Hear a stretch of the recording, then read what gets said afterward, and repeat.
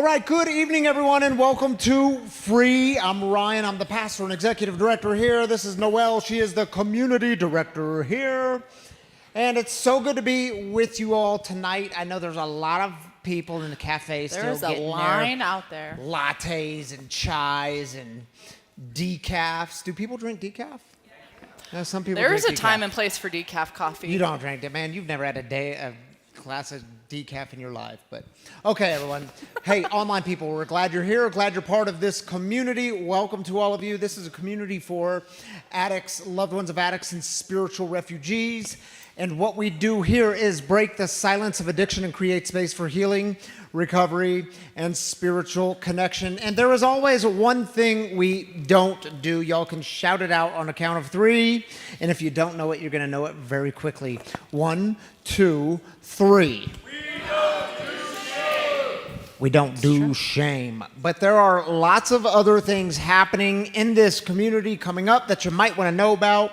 Noelle's going to tell you all about them. If tonight's your first night here with us, welcome. We are so grateful you are here.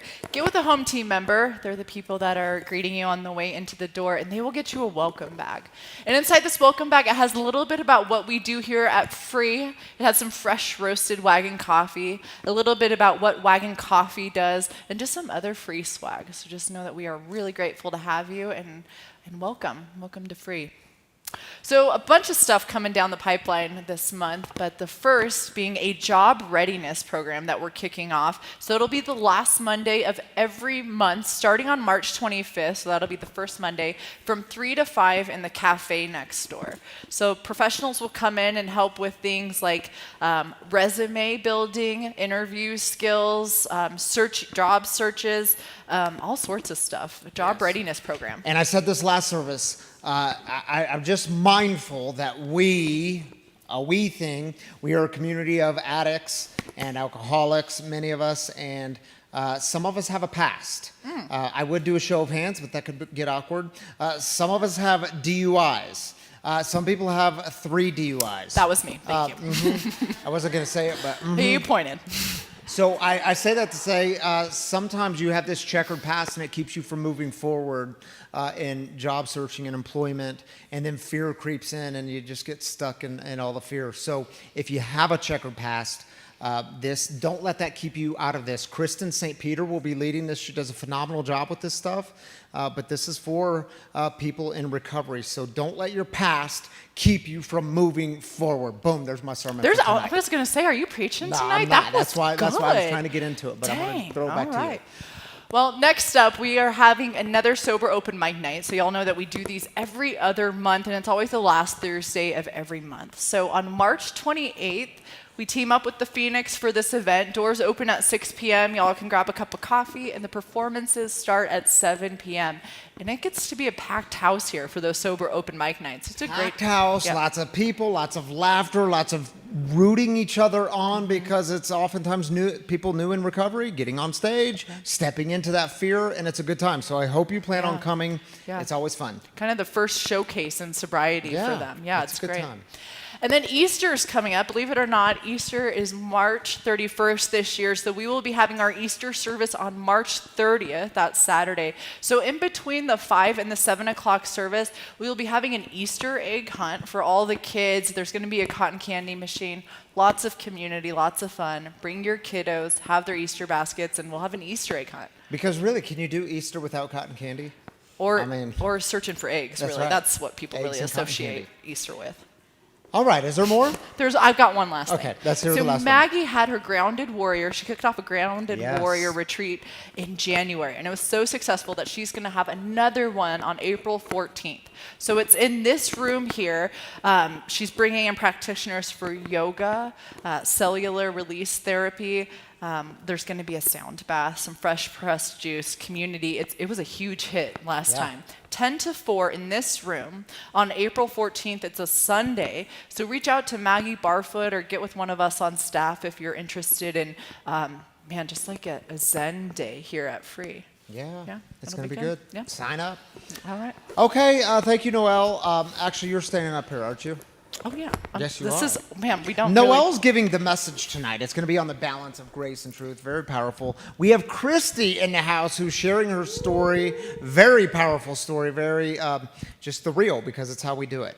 What was that? Oh, I want to say this before we get started in celebrations. Tech team. Our tech team in the back does just fabulous work week in and week out. And we're needing more tech team volunteers. So if you are the techie type people, please talk to any one of the guys or gals in the back about the tech team needs. If you want to just do any of what they do on Saturday nights, we're looking for more people. Even if you're online, now you do need to be local, but if you're watching tonight and you're online and you are a techie type person, shoot in a message, because we need more tech team volunteers. See the tech team. And it is a great way to get involved. Yeah. And yeah. It is. Great way to give back. Absolutely. Yeah. All right. Thank you, Noelle. Absolutely. Well, thank you, Ryan. Yes.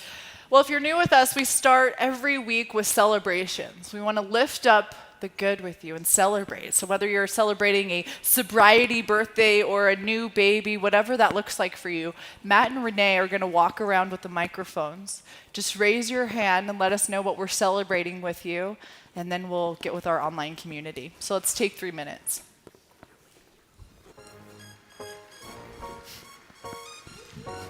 I'm Kai, and by the grace of God and with help from my friends and family, I'm 1 year free of fentanyl today. Man, Kai, that is so incredible. 1 year sober. We love you so much. Oh my goodness. I'm Yanis, and I'm celebrating 30 days, and also today is my twins' 4-month birthday. Awesome. Congratulations on these. That's incredible.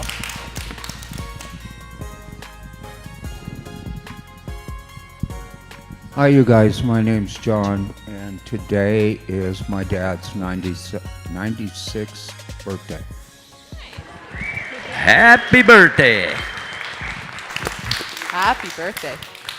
My name is Gracie, and this week I'm celebrating 20 months clean from fentanyl and everything else. Congratulations, Gracie. That's incredible. Okay, I'm Josh, and I'm on 30 days alcohol-free. Congratulations, Josh. We're glad you're here. What? I don't know that. Okay.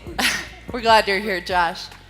My name is Jordan, and I just recently celebrated 9 months clean serene from all mind-altering substances. Awesome. Congratulations, Jordan.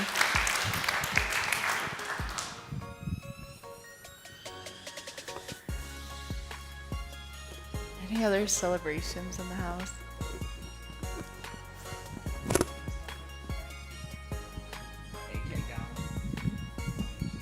Hi, my name is AJ, and I've been doing the best I've ever been doing in school ever right now. Oh, awesome, AJ.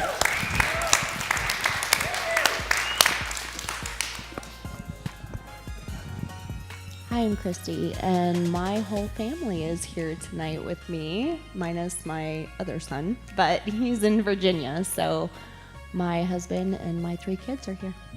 Awesome.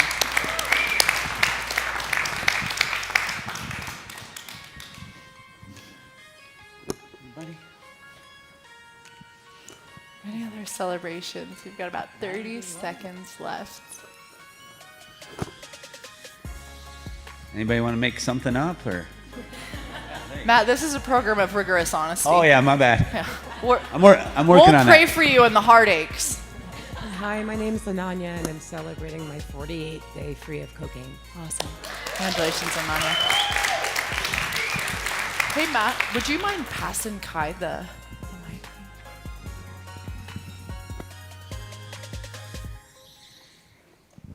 All right. Kai, do you want to join me up here? 1 year. Yes. Sober 1 year. from fentanyl. That's Yes. incredible. Thank you. Man. Very happy. So you can take the first one, I'll take the next one. And then when there's a red dot, we know that it's done. So go ahead. Jennifer French says 48 days of sobriety, clean and sober, off meth and alcohol, I'm assuming? Yeah, I would bet. Yeah. Congratulations, Jennifer. Kristen St. Peter, looking forward to the Job Club starting on March 25th. We're looking forward to it too, Kristen. Thank you for leading that for us. Tammy Canaday says, this is Shiloh, and I got 4th in my floor routine at my gymnastics meet today. Awesome. All right, Shiloh. Congratulations, Shiloh. And that's the red dots. So All we're right. great. Well, thank you so much, Kai. Oh, I'm so sorry. Kayla says 95 days sober. Miss you all. We miss you too, Kayla. We're glad you're here with us tonight. Well, we wrapped up a 4-week series on resetting last week, and today is a one-off about grace and truth and that tension in between. So here's a video for y'all to check out. In life's rhythm, we oscillate between grace and truth. But the real power lies in the balance. Grace with its forgiveness and mercy. Truth, firm and unyielding. Together, they create harmony.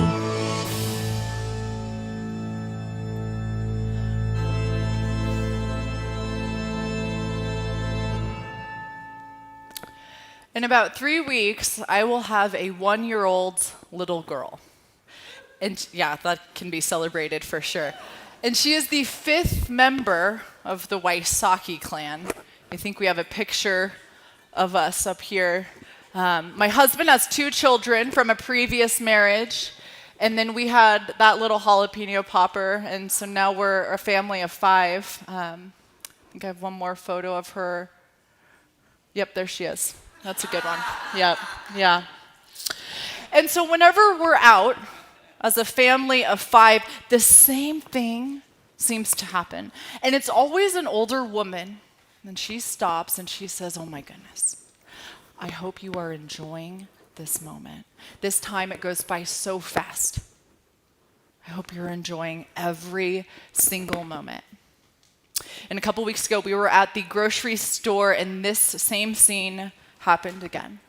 And this woman comes up to me and she says, honey, I hope you're enjoying every moment. I loved every moment of raising my 3 girls. This time goes by so fast. I hope you're enjoying every moment. And in that particular moment, Cora was screaming because I took a lollipop from her that she undoubtedly found on the floor. Her sister Braylee had 3 shoplifted feather barrettes in Cora's hair, and Cora looked like a contestant from Toddlers and Tiaras, but a losing contestant. I couldn't find James anywhere, and when Cora finally settled from her meltdown, she then grabs the pen from the credit card reader in front of us while the woman's trying to use it, and Braylee is cackling so hard at the entire circus that is our family that half the store is staring at us. And I just turn to her and I say, thank you, me too. I am enjoying every moment. Especially this one. You know, some days I feel like I've conquered the world. You know, like the work is done, the laundry is folded, the children are breathing and sleeping alive in their beds. And on those days, I really feel like I'm winning. And then I beat myself up that I have hard days. And then on the hard days, you know, the days that I'm just barely clinging on, that I can't even spell serenity, much less remember the last time that I felt any sort of peace. It's on those days that I beat myself up that I don't have everything under control. And it's like I'm on one side or the other, and never in the in-between. You know, and we are people of pendulum swings. For some of us, it's looked like paleo to vegan, back to paleo. For some of us, it's been addiction to sobriety and back to addiction. Codependency to independence, back to codependency. Baggy jeans to skinny jeans, back to baggy jeans. If you're Ryan Canaday, it's been bleached hair to shaved head, back to bleached hair. You know, we are people of pendulum swings. I'll explain it this way. My generation, we have a lot of tattoos. My parents' generation, they didn't really have a lot of tattoos. And I'm convinced that my children will not have a bunch of tattoos. We kind of do the opposite of what our parents do. So decades from now, Mickey and I will be all tatted up with our grandkids listening to rap music and Blink 182 while my parents and our children sit there and judge us for it. We are people of pendulum swings. And if you're in recovery or on a healing journey, you know all about two things that seem to contradict, but they can be true at the same time. That we have to suffer to get well. That we have to die to live. That we have to give it away to keep it. And my personal least favorite, that we have to surrender to win. Because as this has-been college athlete and this overly competitive person, the idea that I had to surrender to win, I had to wave my white flag in order to win, it just doesn't compute within me. I am the pit bull clinging on until I get that gold medal. I don't give up. I don't surrender. Until it was explained to me that we surrender to be on the winning team. To be on God's team. The tension of two things that seem to contradict. And so that leads us to two words, grace and truth. Two words that don't seem like they go together. Like when you're trying to be healthy and you're making a salad dressing, olive oil and vinegar, and you try to shake them so they mix together, but then they separate, so you shake it harder and they separate further. Like, is that grace or truth? Two things that just don't seem to go together. But somehow, God is the fullness of grace and truth. Like, consider with me for a second the amazing grace of God. The amazing grace of God.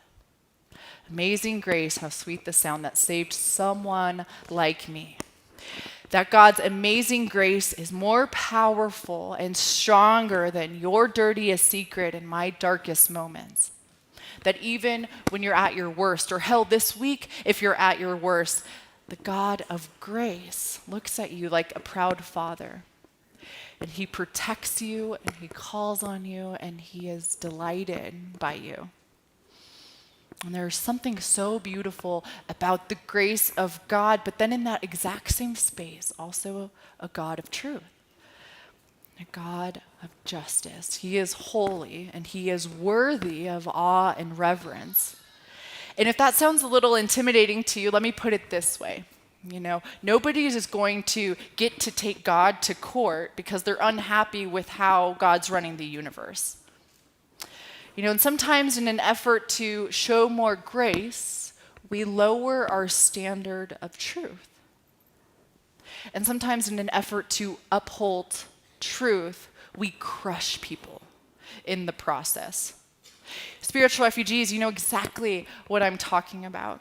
For years, churches preached truth without any love. And now in response to that, churches are preaching love without any truth, which is no love at all. We are people of pendulum swings. Grace without truth is no longer grace. And truth without grace is no longer truth. I heard someone say once that grace without truth is meaningless, and truth without grace is just mean. But grace and truth together is medicine. So my point is this: as addicts and alcoholics and as spiritual refugees, we're called to a double major. Any overachievers in here? Any double majors? We're called to a double major of both grace and truth. Like, we can't just major on truth and minor on grace, or major on grace and minor on truth. And in nowhere is this more clear to me than in John chapter 8. And it's the story of a woman who was caught in the act of adultery. It's one of the most Jerry Springer stories in all of Scripture. And so now that we have this pendulum framework, this grace and truth framework, I want you to take that with us as we read the story of this woman who was caught in the act of adultery. And I want you to really feel it. It's 11 verses. I'm going to read it to you starting in John chapter 8, verse 1. So here we go. But Jesus went to the Mount of Olives, and at dawn he appeared again in the temple courts, where all the people gathered around him. And he sat down to teach them. The teachers of the law and the Pharisees brought in a woman caught in adultery. They made her stand before the group and said to Jesus, "Teacher, this woman was caught in the act of adultery. In the law, Moses commands us to stone such a woman." In the law, Moses commands us to stone such a woman. Now, what do you say? They were using this question as a trap in order to have a basis for accusing him. But Jesus bent down and started to write on the ground with his finger. So he's ignoring them. When they kept questioning him, he straightened up and said, "Let any one of you without sin be the first to throw a stone at her." Again, he stooped down and wrote on the ground. At this, those who heard began to go away one at a time, the older ones first, until only Jesus was left, with the woman still standing there. Jesus straightened up and asked her, "Woman, where are they? Has no one condemned you?" "No, sir," she said. "Then neither do I condemn you," Jesus declared. "Grace, but go now and leave your life of sin." Truth. Now, this is a hot, heavy, and a heated situation, and I think in order for us to fully understand the tension of this scene, we really have to get into the context of this story, so I'm going to try to help you the best that I can. This is a group of people whose religion was based on the law of the Old Testament, given by God through the prophet Moses, so the 10 Commandments. And this woman just broke it. And I know that that sounds really harsh, and it's because it is. But according to the truth of the law, this woman rightfully deserved an execution. She is a lawbreaker. Now, so does the dude, by the way. He's conveniently not in the story, and it takes two to tango, so don't even get me started on him. But let's make John chapter 8 a bit more personable for us. The point of John chapter 8 is, don't be like the jerks with the stones. You know, the world has enough bullies. Let's just be kind. Let's just be kinder. I'm all for being kind. But if being kind was the answer to a broken and a hurt humanity, it would have already worked by now. The crux of John chapter 8 is that you and me, we are the woman in this story. You know, I have been caught before. I have been arrested multiple times. I have spent many days in jail. I've spent months with an ankle monitor attached to my body, and I've had police officers showing up to my work, making sure I was where I said I was going to be, and that I was sober while I was doing it. You know, my criminal record is the size of a medium-sized textbook. I have been caught before. I am the woman in this story, and this woman's darkest moments and her dirtiest secrets were just found out. I love this story, and I can't help but root for this woman whenever I read this scripture. But if we're honest, we have to look at the truth here. Like this woman, she just blew up a family and likely her own marriage. She was caught in the act of adultery and dragged out of a tent, probably with nothing but a sheet over her body, and thrown into the dirt in front of Jesus. And no doubt she's been wanting to meet Jesus, but not like this. The scribes and the Pharisees in the story, you know, they're standing for truth. And as crazy as it sounds, they're not wrong. But isn't it crazy how you can also be so right and so wrong at the same time? So you don't miss the tension of this story. Is God standing for grace or truth? Does Jesus trample on truth to show this woman grace, or does Jesus trample on this woman in order to uphold truth? It's one of those moments where we're about to find out which is more important to God. Is it grace or is it truth? And this is a divine setup. But not from the scribes or the Pharisees. This is a divine setup by God, who's trying to show his kids that he's not afraid of standing in a little tension. And I think it's interesting that Jesus, he doesn't give them the green light to stone her. He leads with grace. Because let's just be honest, if we were going to major in one, either grace or truth, like how many of us just know that grace is the cooler major? Like it's just nicer. But to be completely fair here, Jesus is God. And in order to be God, you have to be just so you can be holy, or else you're not God. So does God stand for grace, or does he stand for truth? A few weekends ago in between services, I walked into the wagon room to talk to Tammy. And I walk in and Tammy is having a very stern conversation with Breck and Shiloh, her 7-year-old and her 10-year-old in the wagon room. And I don't know if any of y'all have ever seen Tammy Candidate talk sternly, but it is scary.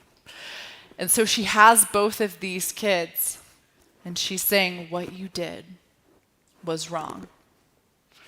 And I'm not going to put up with it. Truth. And then she goes on to say, but we are family. And family is all we got.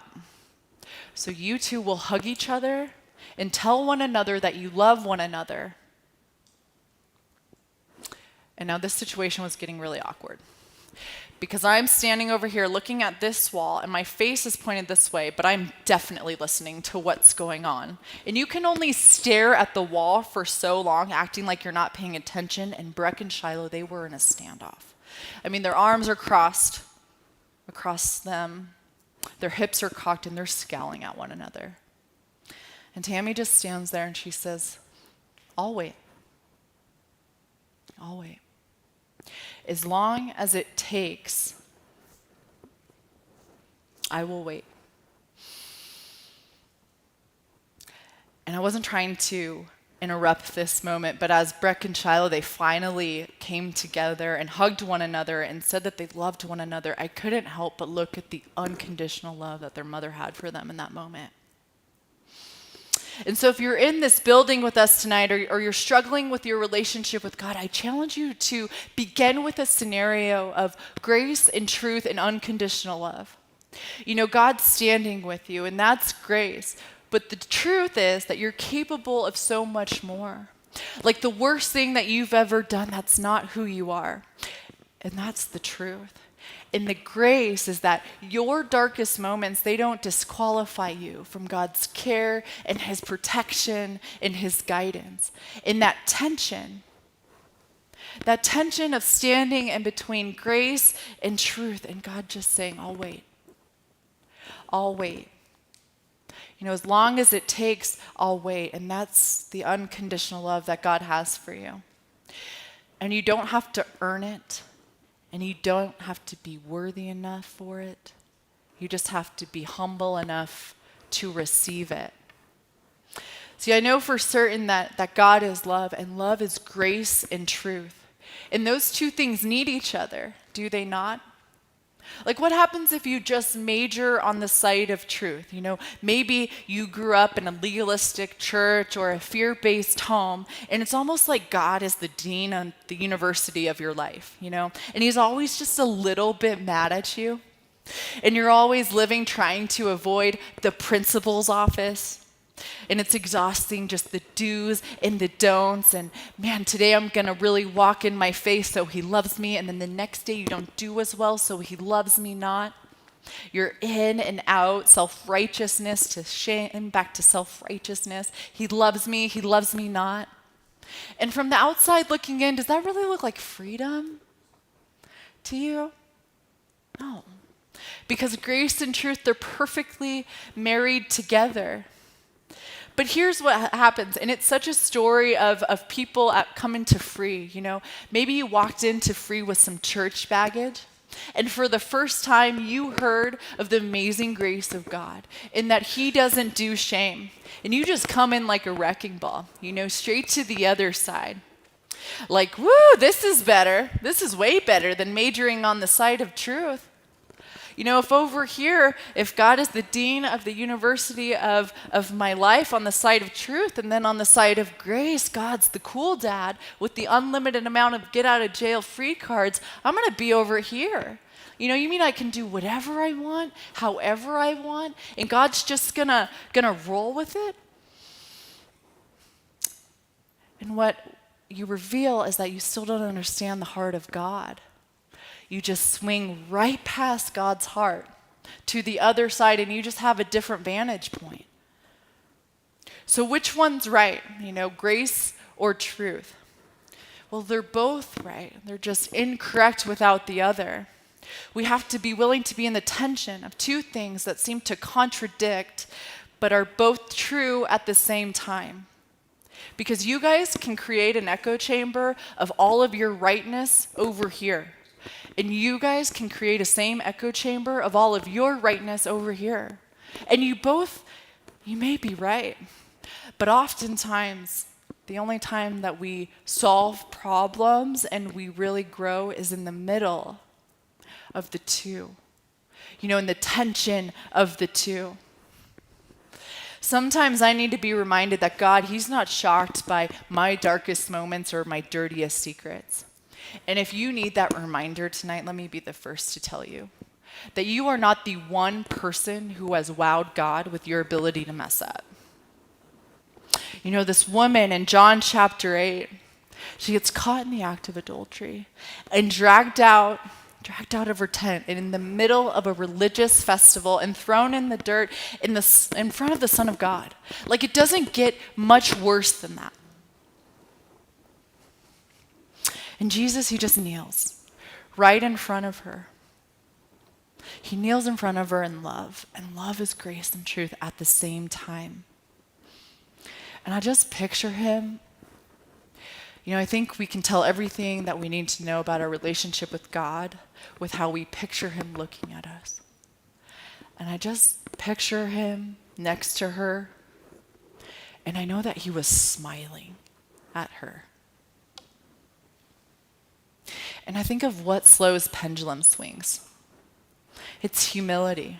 And it halted the pendulum swing when I was drowning in my own addiction. When I was out there and I couldn't put the bottle down, I'm going to quit today. Maybe I can't quit today. Can I quit? Am I ever going to quit? God, when is this going to stop? It was the humility that I had to be on my knees on my bathroom floor to say, God, I don't got this. I need your help. I can't stay sober. I can't stop. It was at that point that freedom started for me. Humility. Because it's a lot easier to throw out a cliche over here and minor on something, a major on grace over here, and stay away from the tension in between. But in the middle, that's where God is and his mystery. And it's not just for us to embrace, but it's for us to enjoy. Humility. That God's ways are higher and greater than mine. And at the end of the day, God has the infinite math already figured out. Humility. If my recovery has taught me one thing, it's that the only thing that's worse than my problem is my solution to my problem. Humility. This woman in John 8, she represents all of us who are broken and hurt. Every single one of us. And God knelt down beside her and smiled. And what began as her worst day ended as her best day. God has a way of doing that. And I'll tell you why it was her best day. It was her best day because the day that she found out she was fully loved, she also found out while she was being fully exposed. And she was loved unconditionally. Fully exposed, not just the good, but the bad and the ugly. God knowing more about you than you know about yourself. And I love how God leads with grace in this story and then follows with truth. Because truth sets you free, but grace invites you to be set free. But if I had to pick one, which was most important? Which one is more important? I don't think I could. Because God fulfilled truth with grace. So for those of you in here tonight struggling or online with us, whether you're struggling to stay sober, or you're struggling with your loved one, or you're struggling to find freedom, I promise you that God he's kneeling beside you. And he's smiling, saying, I'll wait. I'll wait. As long as it takes, I'll wait. You know, my storyteller night, when I was meeting with her earlier this week, she's kind of in this comeback era in her life right now. She's like, this has been my comeback song through this season of my life. And I listened to it and I was like, man, we gotta play that on Saturday night. And so while I played this song, I just want you to reach out to your neighbor next to you. Maybe give them a high five, introduce yourself, just say hey to them. Let them know God loves you unconditionally. We don't do shame here. I'm glad you're here tonight. So here's Glorious by Malcolm Moore.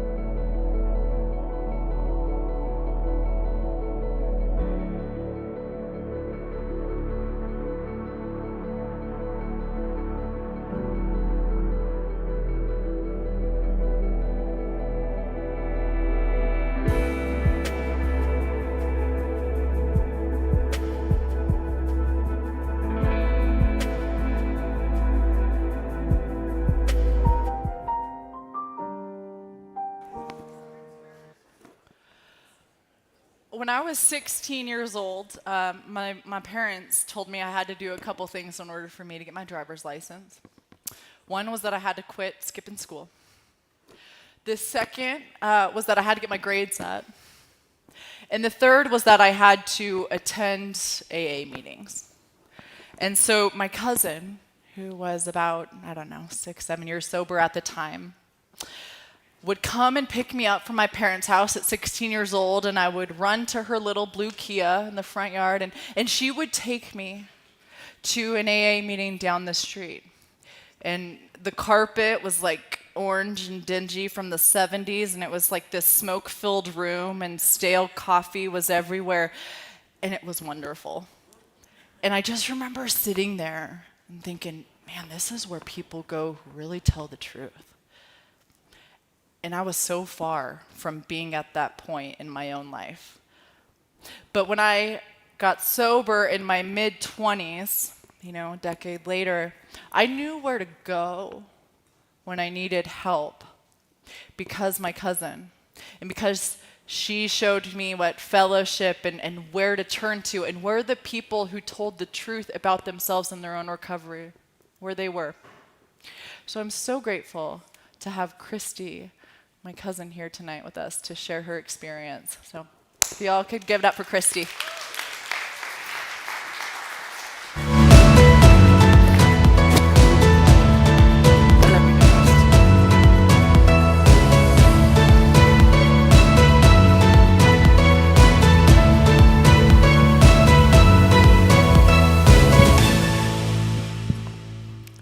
Bobby yelled at me last service because I was hunched over too much, so I need to sit back. So if I'm hunched over, just yell at me, okay?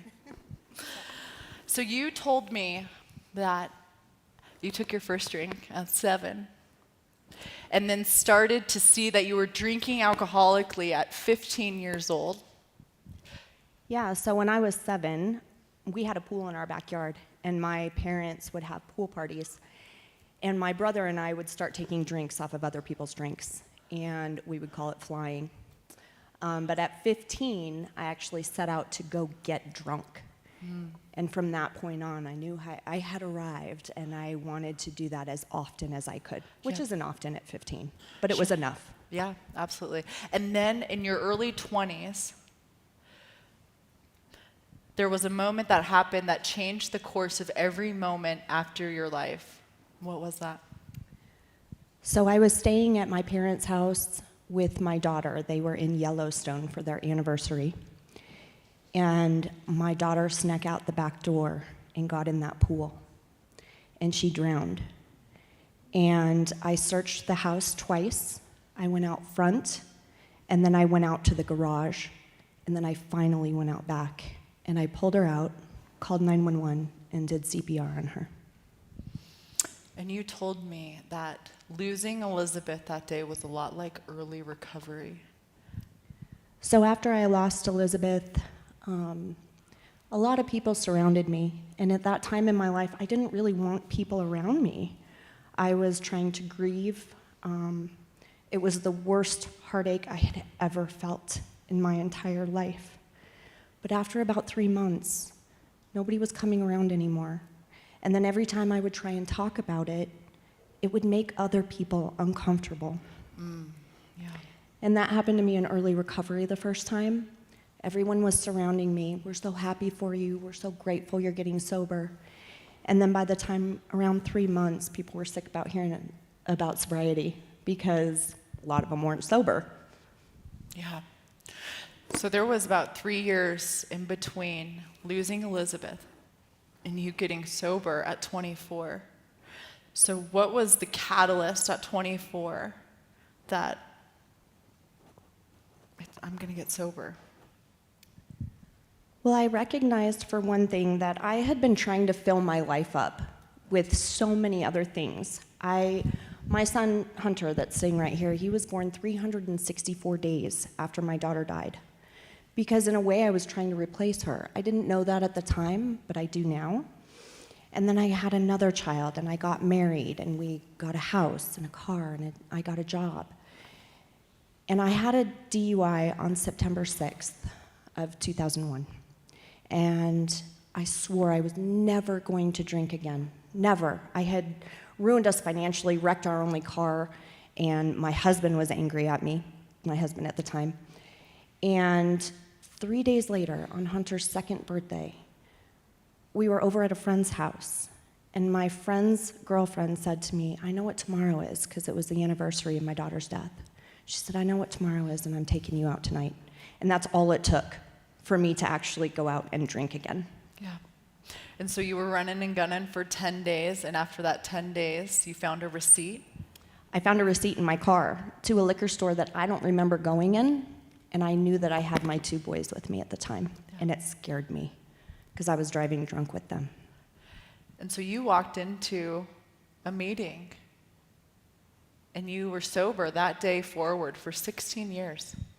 For 16 years, I walked in my first meeting, and I had met my first sponsor. I didn't know she was going to be my sponsor, but I went to 2 women. Well, first I went to the guys, because that's how I always gravitated. And then they told me to go talk to 2 women, and I talked to 2 of them, and one of them said, we should give her our number, and the other one said, do you want it? And I said, well, yeah. And she handed it to me, and she said, don't call me unless you effing mean it. But I came back and asked her to be my sponsor the next day. So you called her? I called her. Oh, great, good. So 16 years you were sober. And then on the 19th anniversary of Elizabeth's death, there was a second pivotal, heartbreaking moment that happened on that day. My dad passed away from esophageal cancer on the same day my daughter had died 19 years later. Yeah. And at that time, I was so grateful because he didn't die until about 10:50 at night, and I knew that God had given me the whole day with him. And I also knew that my daughter was there to help him. But man, that pain was heart-wrenching. And so the next day, you found yourself in front of a liquor store after 16 years. Went to the ATM first so that my husband didn't know I was at the liquor store. We're resourceful, us addicts and alcoholics, we're resourceful. So I went to the ATM and I got cash out so I could go buy alcohol. And I drank for 3 months as often as I could. I did a pretty good job hiding it. I would go up to Black Hawk and rent a hotel room, or I would pick a day that I knew my husband wasn't going to be home, and I would drink. Yeah. And then there was a car accident after 3 months of drinking. Yeah, so on December 6th that year, so literally almost exactly 3 months, I was driving home from Black Hawk, and I had been drinking, and I hit a pole, and the airbags went off in my car, and I'm driving down, and my car doesn't feel right because the tire is all messed up, and I got to Evergreen Parkway, and I went into the Walmart parking lot, and I called my husband, and I said, something's wrong with my car. You need to come get me. All the airbags are going off. I don't know what's happening. So Justin ended up in the parking lot, and he said, have you been drinking? And he has never seen you drink at this point. He had never seen me You got drunk. married at 3 years sober. Yeah. Yeah, I was 3 years sober when I met him, and then we got married a couple years later. Yeah. And so he had never seen me drinking. He had never seen me drunk. And he said, have you been drinking? And I said, no. And he said, well, you're acting funny. And I said, well, I must have hit my head or something. So he called 911. And at that moment, I looked at him and I said, you know, you just messed up my career. And I am drunk. And he's like, well, you told me no. So the paramedics got there, and he pulled one aside, and he said, look, my wife is a nurse. She's really afraid. And that paramedic scooped me up, and he said, let's get in the ambulance and go down to the hospital so that we do this before the cops get here. Tell me about the kitchen floor moment that night. So I had said some really nasty things to Justin that night in the hospital, and he left. He was mad at me, and I was being very ugly. And he went home, and he wouldn't answer his phone. They were discharging me, and I was like, why are you not answering my calls? Well, I had just been a horrible person to him. And so I called our daughter, and I said, your dad's not answering. They're trying to discharge me from the hospital. And then he was even more mad, because I had just involved our daughter as well. Sure. So he came back to the hospital, picked me up. It was not a pleasant ride home. And when I got home, there was a bit of a scuffle, I guess. I fell. And I was sitting on the floor, and my son Adam, who was about 14 at the time, came upstairs and he said, "What is going on?" And Justin looked at me and he said, "Do you want to tell him?" And I said, "Tell him what, that I'm drunk?" And he said, "Yeah."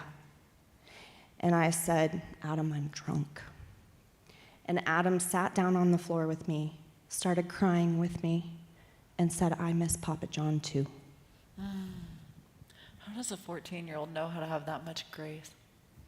I have no idea, and I don't know where my other son Hunter was either.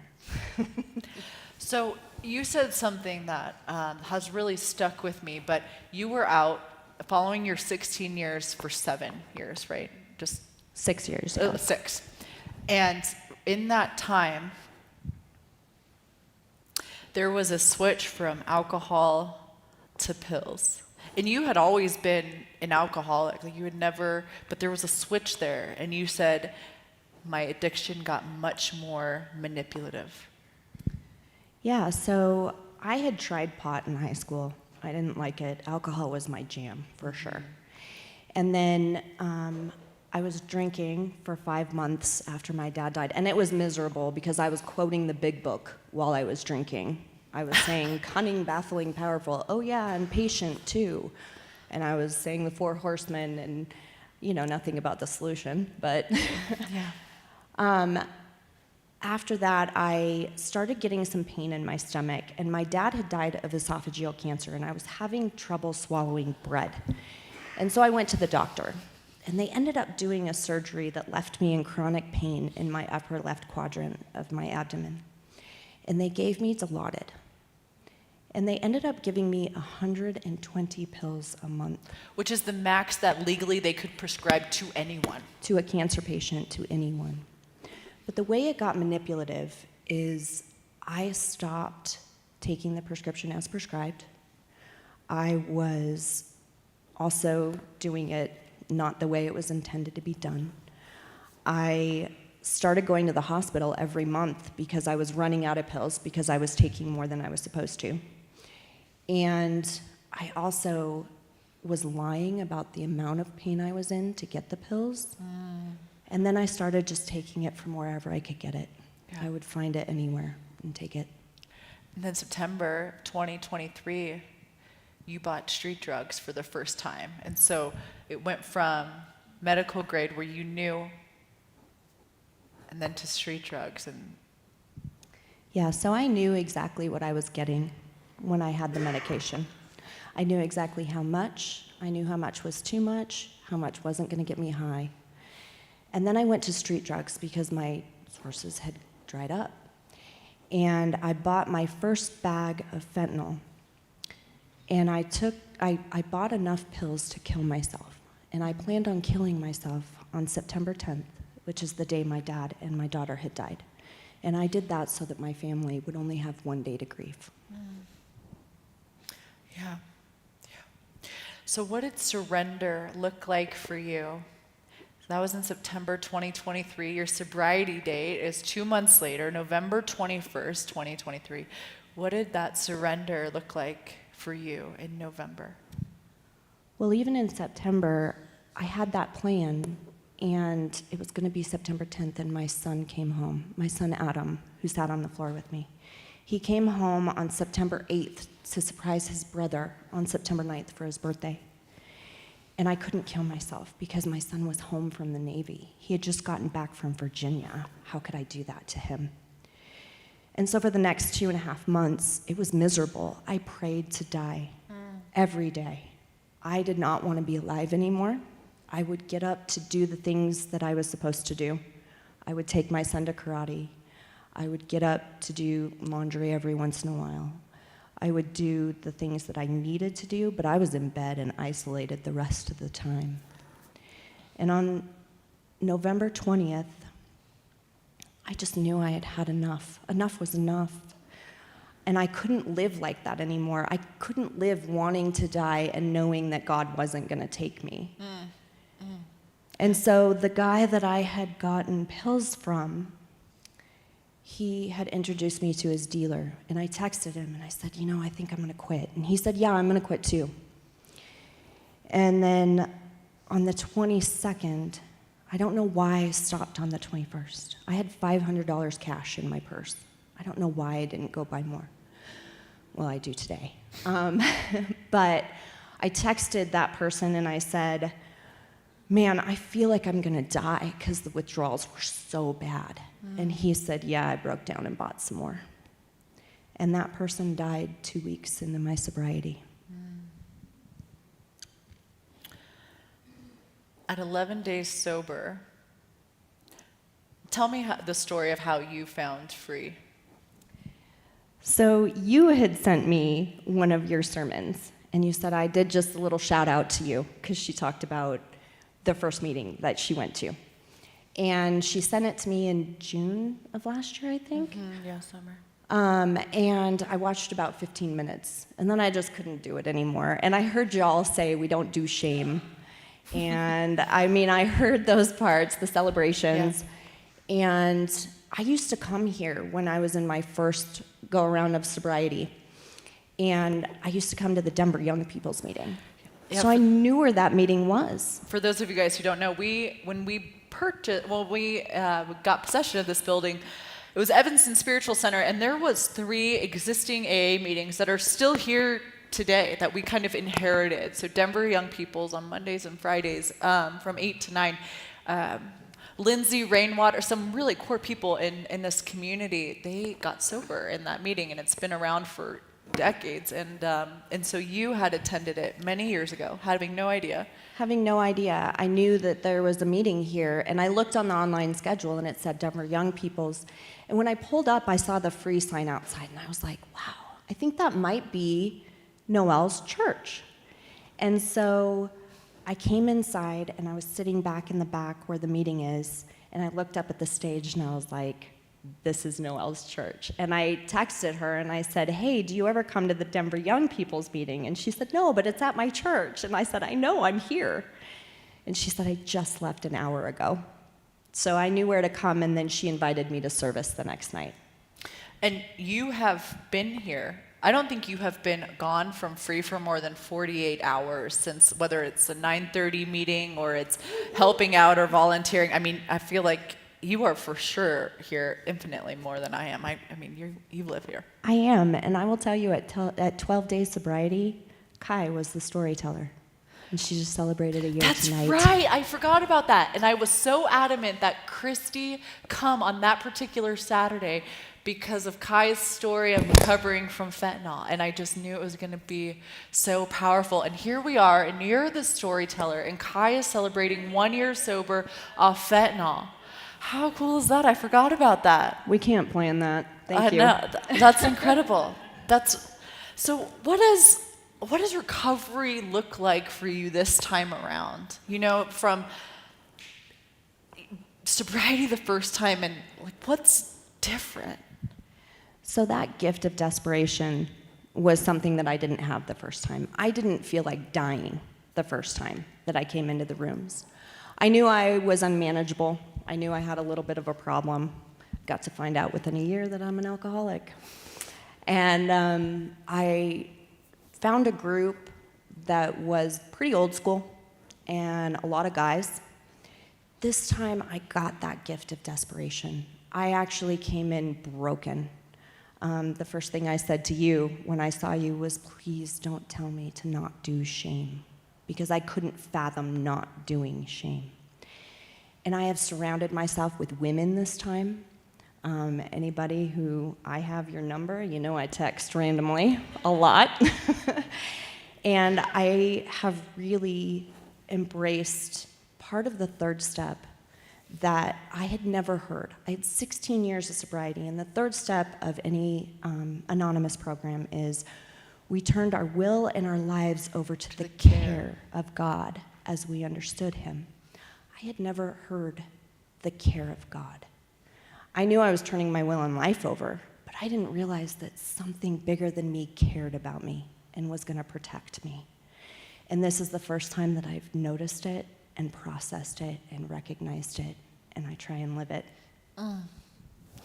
Christi, what is the word of hope that you would give to you, during that 6 years of kind of darkness and not knowing if you were going to come out of this, that drowning? Like, what did you need to hear for the person that's struggling tonight during that time? I would have to say the biggest thing that I needed to hear was there is a loving God who cares about me. And today, I don't just believe in God, I belong to God. I love that. That's beautiful. Well, I really wasn't joking when I said that Christi is here just about every day. And a couple weeks ago, we had baptisms here at Free. And in between services, we served these beautiful cakes that were made. And Christi donated her resources and time. She made all 3 of these with the 3 different layers of flavoring on each one. Yeah, Matt and Naraki had a piece of each one. It was ridiculous. And she did all of that so we could celebrate new life in between services. So Christi, we just want to thank you, and we got you this this little gift of our gratitude, and I'm just so grateful for you, and I love you very much. I love you too, and thank you. And thank you to the community at Free. You guys have no idea how much you all mean to me. Love you, sister. Well, thank you.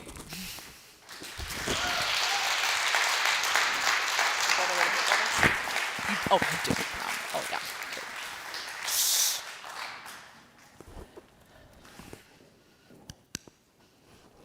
Well, we end service the same way that we begin it, with heartaches. And so we want to pray for you all, whether you're going through something, a family member of yours is going through something.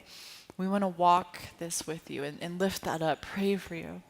So Matt and Renee are going to walk around with the microphones, and if you have something that we can lift up and pray for you, raise your hand, and we'll take 3 minutes for heartaches.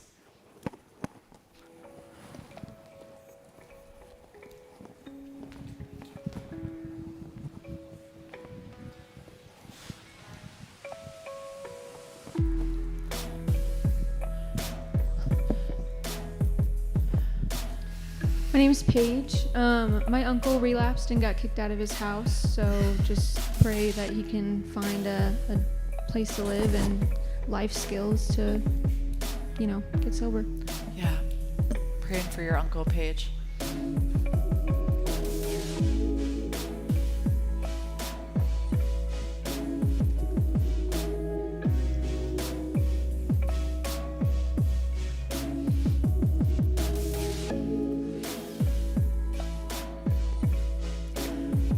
Group tonight, Matt.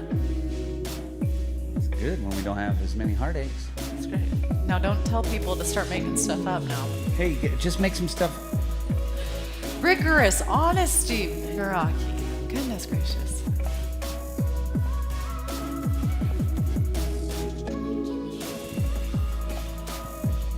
Nicole. It's good to see you, Nicole. This is actually kind of a hard prayer for me, but my person's ex-wife just got out of sober living and got an apartment, and in the first 24 hours she went back out. And my stepkids are suffering, and they are really in a lot of pain because they don't know what to do with their mom. So I am actually going to pray for Justine to find sobriety. Praying for Justine. Thank you for that, Nicole. That's beautiful. Prayers for Justine.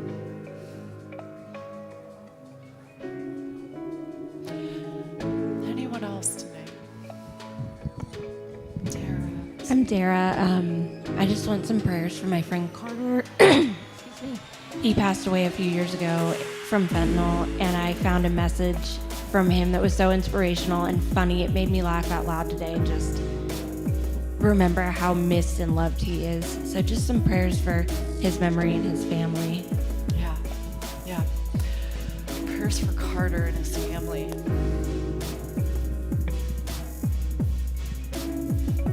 So I mentioned this a while ago. My stepfather is entering the early stages of Alzheimer's, and it's interesting the way that enters a person's life with just like random words that he can't remember. This last week, he jokes about this as he does this, but he couldn't remember the word for shrink. Like literally was trying to remember the little round like seafood, and the way he describes it, and then he kind of jokes about it, but it's hard to see. Yeah. Prayers for your stepdad. Man, hard stuff. Oh, one more. I just want to pray for my friend Desiree I was in sober living with her, and she was sober and clean and had 2 little sons, and she was just shot by her ex-boyfriend. And she was doing really well, so it's just really sad for the kids and for the family, so if we could pray for her. Man, prayers for her, Kai. Thanks for lifting her up. We got one more, Matt Naraki says. My name is Sean, and I had a friend text me today and ask for prayer for her 13-year-old daughter who is at Children's Hospital today with a mass between her heart and lungs, and they're trying to rule out non-Hodgkin's lymphoma. And they couldn't do the biopsy because it's in such a crucial place, so I'm praying for good results for that. I'm praying also for my neighbor, next-door neighbor, who went to Kansas City to be with his sister, who has never held her baby, who she had 3 weeks ago. His name's Bo, and her name's Marie, and she's been septic since the day of birth. She's never held her baby, and she's been intubated the whole time. Oh, wow. And they are talking about having to remove all of her limbs because she had no blood flow to her limbs. So I'm praying. My prayer in my heart is that she will be able to hold her baby Bo. Man, prayers for her, baby Bo, Marie. That's tough stuff. Matt, would you like to join me up here tonight?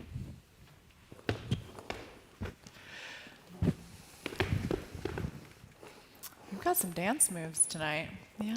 Irish jig. Oh, I'm sorry. Irish jig moves. Would you like to take the first one? Sure. Sheila says, please pray for my good friends Don and Donna, who lost their son a few months ago, and today would have been his birthday.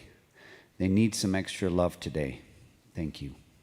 Prayers to you, Sheila. Kristen, prayers for Anne in ICU for healing, courage, and peace. Prayers for Anne. Kristen, thanks for lifting her up. Carly Mariel says, I ask that hope be installed again in my heart after suffering with so much loss over the past 5 months. Carly, we pray that you will get back hope. Yeah. Julie, please pray for my family as we grieve the loss of my dad this past Monday. Prayers for you, Julie, and your family and your father. Our good friend Christi Sundberg says, prayers for Jen as she lost her adopted grandma, Joyce, today. Love and peace to Joyce's family as they grieve the loss of such a dear woman. Prayers for the entire family, Christi. Prayers for Christy. Well, thanks, Matt. Would you mind handing that to Kai on your way down? I would appreciate that. Well, it is because of your generous giving that we are able to keep the mission here at Free alive. And if Free is a place that you call home, we encourage you to be part of this with us. And there are 3 ways to give. And the first is online on our website. The second is on our free app. If you guys don't have it, it also has all of our sermons and our series videos. It's a great app. There's a donate button in there. And then the last are these giving boxes that are placed around Free. There's also that dip jar right when you walk in. It's just as easy as dipping your credit card in. Can't give any more or less than the $20 it's set to. But Kai, would you mind joining me up here? Here you are. Hi, you've moved. Kai, I didn't put that together until Christy was up here. But you must have been 9 months sober or so, because it was 4 months ago. And it was so important that Christy. For me, it was so important that Christy came when you were a storyteller because of your story with fentanyl. And Christy showed up that night, and she's quite literally not left since that night. I'm so and glad. Here you are as she's the storyteller, and you are celebrating a year sober. And I just think that's really beautiful. So I would just love, we'll go out with the Lord's Prayer tonight, if that's okay with you. But will you pray with us tonight? Absolutely. All right. If y'all can open your arms and hands as a sign of openness, and we'll pray the Lord's Prayer together. And if you don't know it, it's on your screen. Our Father, who art in heaven, hallowed be thy name. Thy kingdom come, thy will be done, on earth as it is in heaven. Give us this day our daily bread, and forgive us our trespasses, as we forgive those who trespass against us. And lead us not into temptation, but deliver us from evil. For thine is the kingdom, and the power, and the glory forever. Amen. Y'all have a great week. Stay warm out there, and thanks for coming tonight. We'll see you next week.